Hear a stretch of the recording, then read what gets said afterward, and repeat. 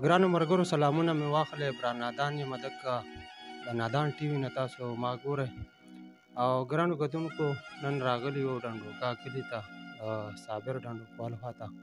د ستاسو دپاره د خوندور شعرونه ریکارډ کوو. صابر صاحب تا د پروګرام کې ډېره مننه کوم د ابرار نادان د نادان ټي وي د طرف نه چې هغې دومره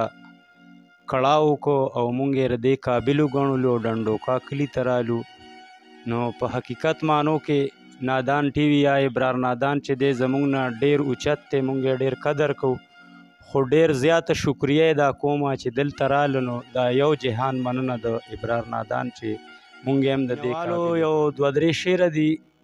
د نادان ټي وي دپاره. مونږ مونځ هم کوو، مونږ خبرې د اسلام هم کوو، مونږ مونځ هم کوو، مونږ خبرې د اسلام هم کوو زرشاده، خو مونږ دروغ وایو ملګرو، مونږ حرام هم کوو،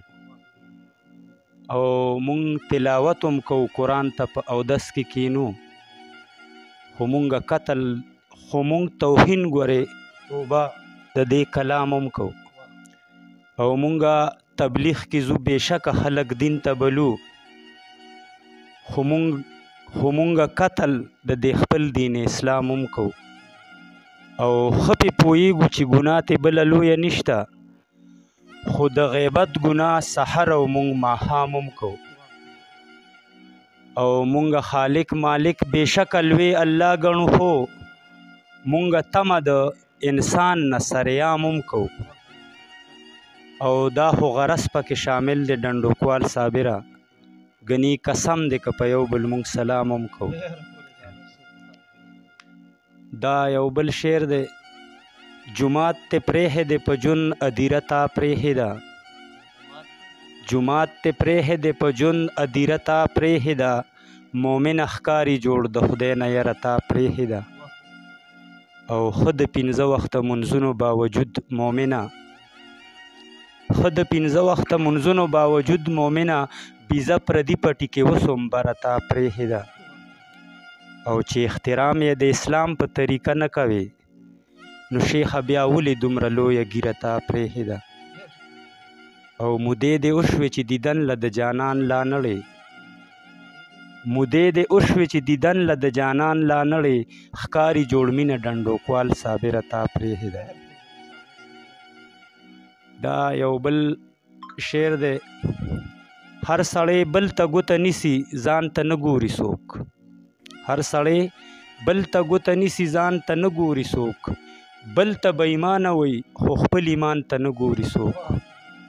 او د خان ماشوم له د پردي خیرات مجمع رازغلی، څومره افسوس دی د غریبو ځوان ته نه ګوري څوک، او خان د غریب د خان نه خپل مطلب پوره کوي،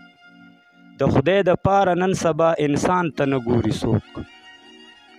او د دې دنیا د یو پیسې تاوان ته غاړه نږدي،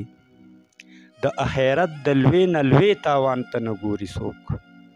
او تا ته به څه وګوري رک شه ډنډوکوال صابره، د مال دولت مخکې توبه قرآن ته نه ګوري څوک. دا یو نظم دی: نن چې لاړمه جومات ته زه مانځله،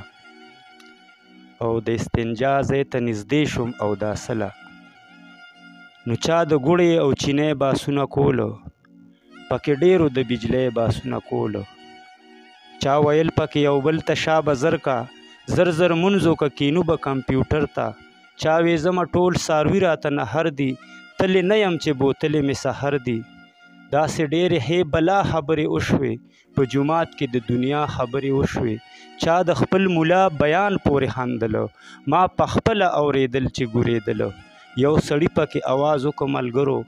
عبادت سوځي جومات کې په خبرو، دې خبرې سره دوه کسه مسکي شو، ما لیده چې ښکاره دواړه وښکي شو، نو لږ ادب خو د جوماتو کې کلار